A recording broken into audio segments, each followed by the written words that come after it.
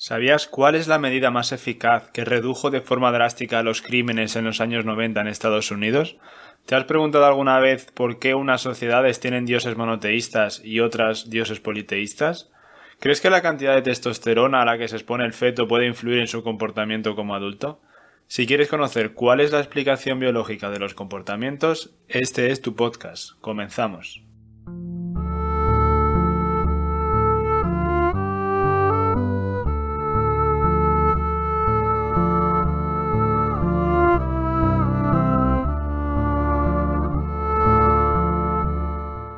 Bienvenido, fiel escucha, a un nuevo episodio de la Tribu Estoica.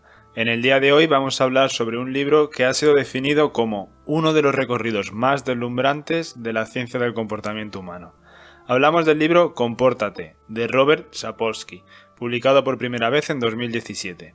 Sapolsky es un científico y escritor estadounidense, investigador de las áreas de neuroendocrinología, neurología y neurocirugía en la Universidad de Stanford.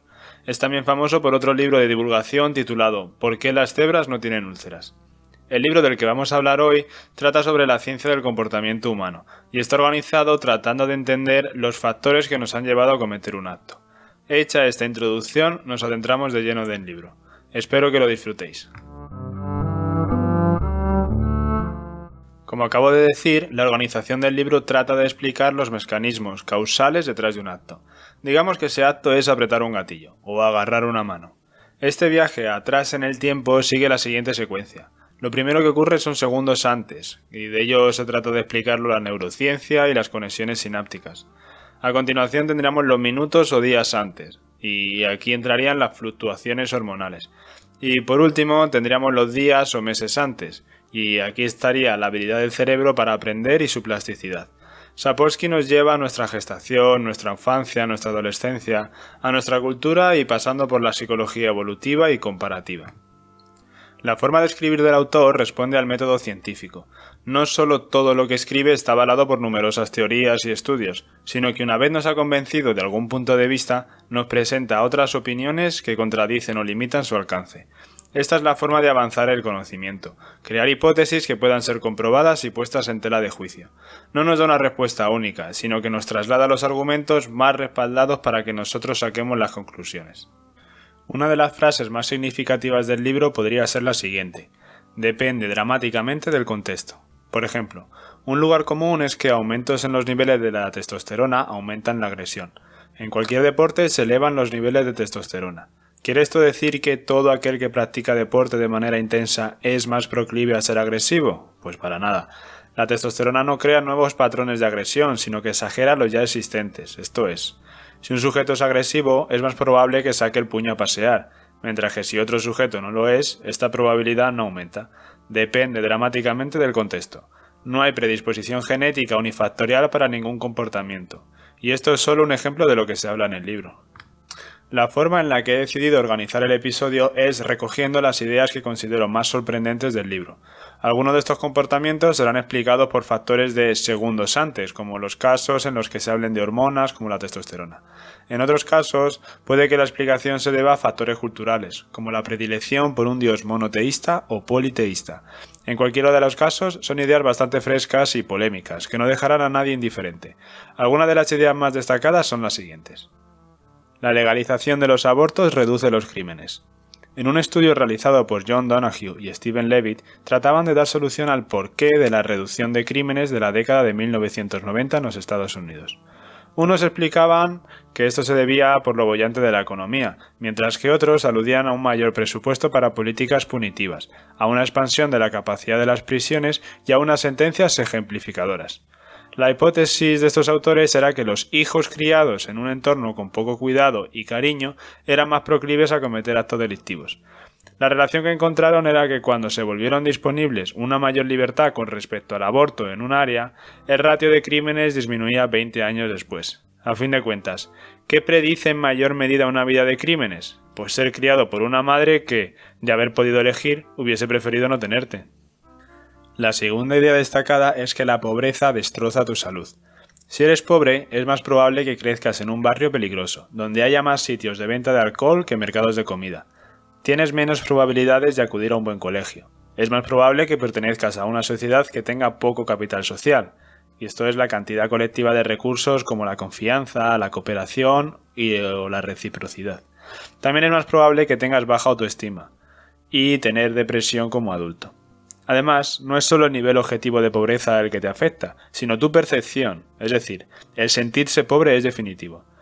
Este sentimiento subjetivo se incrementa con la desigualdad, y el estrés de saberse pobre también mina tu salud. Evidentemente no estamos descubriendo el fuego, es mejor no ser pobre, pero empezamos a ver de qué manera afecta a los individuos. Siguiente idea. Los roles de género se determinan genéticamente. Este es un ejemplo del determinismo que aparece en el libro. El autor afirma que una mayor exposición fetal a la testosterona produce un comportamiento más masculino en adultos, y esto se traduce en niveles más altos de agresión y puntuación más alta en matemáticas, que por cierto, la diferencia entre la puntuación de matemáticas entre chicos y chicas se reduce con la igualdad sexual, mientras que la diferencia en lectura aumenta en los países con mayor igualdad entre géneros, pero esta vez a favor de las chicas. Otro de los comportamientos masculinos de los que hablamos serían personalidades más firmes, mayores niveles de TDAH y autismo, que son enfermedades mayormente masculinas, menor riesgo de depresión y ansiedad, que son enfermedades mayormente femeninas, y menor probabilidad de ser homosexuales. Por su parte, mujeres con una menor exposición a la testosterona natal tenían menor probabilidad de padecer autismo y mayor de anorexia. Exhiben menos habilidades atléticas y mayor atracción por caras masculinas. Tenían también más probabilidades de ser heterosexuales y, en caso de ser lesbianas, era más probable que interpretaran un rol más femenino en la pareja. Hablamos de probabilidades, de tendencias y nada definitivo, pero los números son los números. No preguntes lo que hace un gen, pregunta lo que hace un gen en un ambiente determinado. Al hablar de los genes y del peligro que tiene una concepción genética determinista para todos aquellos ismos, como el racismo, el sexismo, etc., Sapolsky nos dice que los genes están regulados por los factores de transcripción y que estos están a su vez regulados por el ambiente. Por lo tanto, los genes no determinan nada, su interacción con el ambiente lo es todo. Esto es una idea que conviene recordar y repetir. Los genes no determinan nada, su interacción con el ambiente lo es todo. La felicidad está en el camino. El sistema dopaminérgico se encarga de la anticipación de la recompensa y del comportamiento dirigido a metas. Llegar a la meta nos produce una satisfacción momentánea, pero enseguida nos volvemos a sentir miserables. La respuesta no es suprimir el deseo, raparse el pelo y vegetar como claman los budistas. La solución pasa por no carecer de planes, de objetivos, de proyectos que nos mantengan motivados y que hagan concentrar nuestros recursos para lograr un fin, mejorando por el camino y acercándonos a nuestra mejor versión.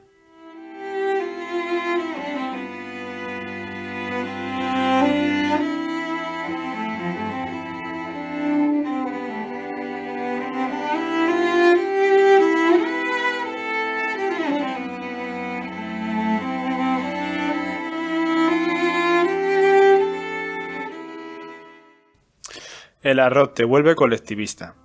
¿Qué hace que unas culturas sean individualistas, como los Estados Unidos, y otras colectivistas, como China? Una posible explicación es la siguiente. Estados Unidos fue fundado por inmigrantes, personas emprendedoras que se arriesgaron en la búsqueda de una nueva vida y que reflejaron sus ideales en su constitución. Son personas que buscaban apañárselas como podían, y la colaboración era la estrictamente necesaria. Cada uno tenía su cultivo, su granja y sus problemas.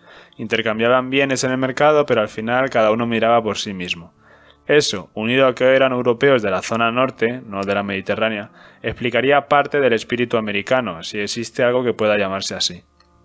Por el contrario, existe una teoría que afirma que el cultivo de arroz podría haber sido un factor clave en el colectivismo asiático. El cultivo de arroz necesita de una ingente ayuda comunitaria. Desde la creación de las terrazas, pasando por la siembra, la irrigación y por supuesto su cosecha, pues todo el pueblo es necesario para realizar la cosecha de una sola familia, parece que el arroz es el eje central en la construcción de la personalidad oriental.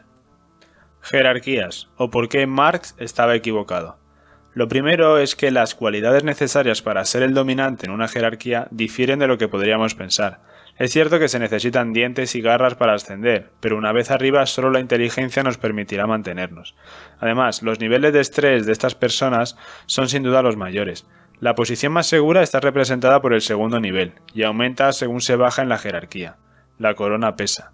En contra de los que esperaría Marx, La acción más probable de los pobres no es la de crear una revolución que acabe con los opresores, sino que es más común que paguen su frustración con personas que están aún más abajo en la jerarquía social.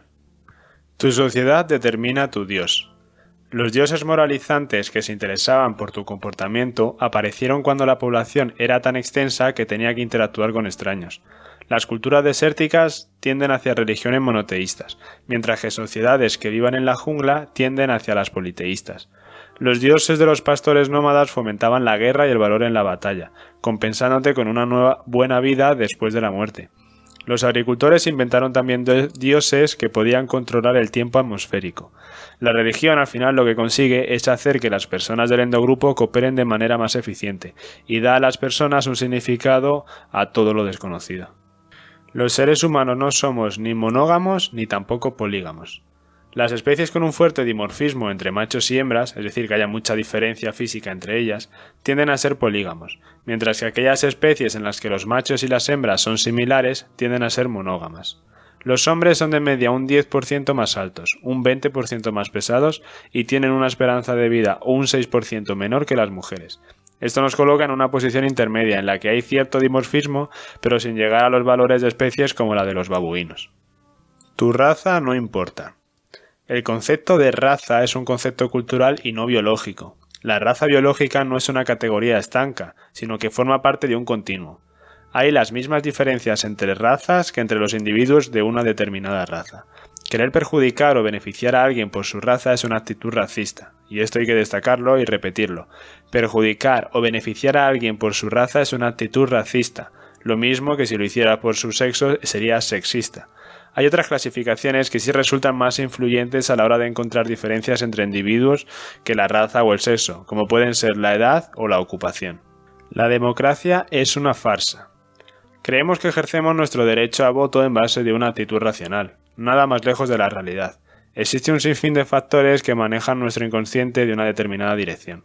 En un estudio con niños de 5 a 13 años se les pidió que eligieran entre dos fotos, que eran adversarios políticos en elecciones ya celebradas, y se les preguntaba que a quién querían elegir para gobernar un barco.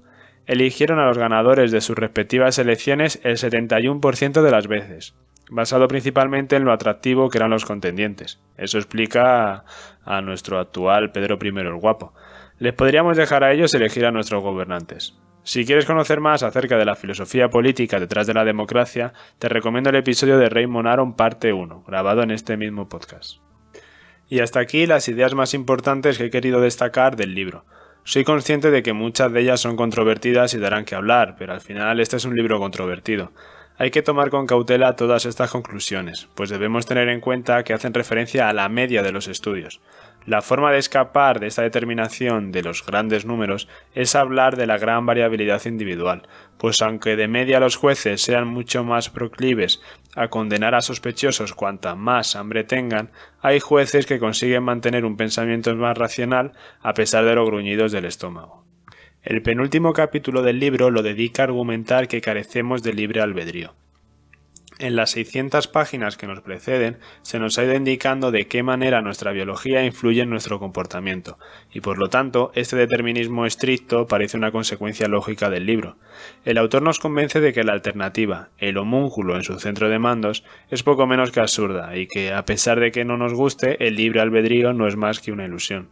No obstante, en el último párrafo del citado capítulo deshace todo lo dicho anteriormente y afirma que no es capaz de vivir pensando que no tiene libre albedrío, y que quizás tiene una función psicológica ese homúnculo, y dedica el último capítulo del libro a ejemplificar situaciones en las que los seres humanos fueron capaces de lo mejor y de lo peor.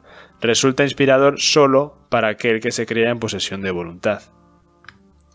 En lo que a mí respecta, la lectura determinista de Sapolsky me resulta bastante perturbadora. Evidentemente estamos fuertemente determinados o influenciados, sería quizás la palabra, por nuestra biología, pero creo firmemente en que detrás de todo ese torrente de moléculas y sinapsis existe algo propio, íntegro, individual, que puede sucumbir a la influencia biológica o rebelarse contra ella. Prefiero la visión de Jordan B. Peterson, que nos viene a decir que no nos levantaremos de la cama si no tenemos sensación de control de nuestras vidas, de mejorarlas si hacemos lo correcto o de empeorarlas si erramos, y al final eso es lo que nos vuelve humanos. Te recomiendo también mi primer episodio sobre el libro 12 reglas para vivir de Peterson si aún no lo has escuchado. Y bueno, con todo llegamos hasta el final del podcast de hoy. Espero que te haya gustado y hayas aprendido algo con él. Recuerda que lo que aquí presento son interpretaciones del libro para despertar tu curiosidad y que, si de verdad quieres ahondar en el tema, te recomiendo que lo leas por ti mismo. Por último, darte las gracias por escucharlo y pedirte que si te ha aportado valor, le des un like y te suscribas para que pueda llegar a más gente. Sin más, no te entretengo y nos escuchamos en el siguiente resumen. Un saludo, estoicos.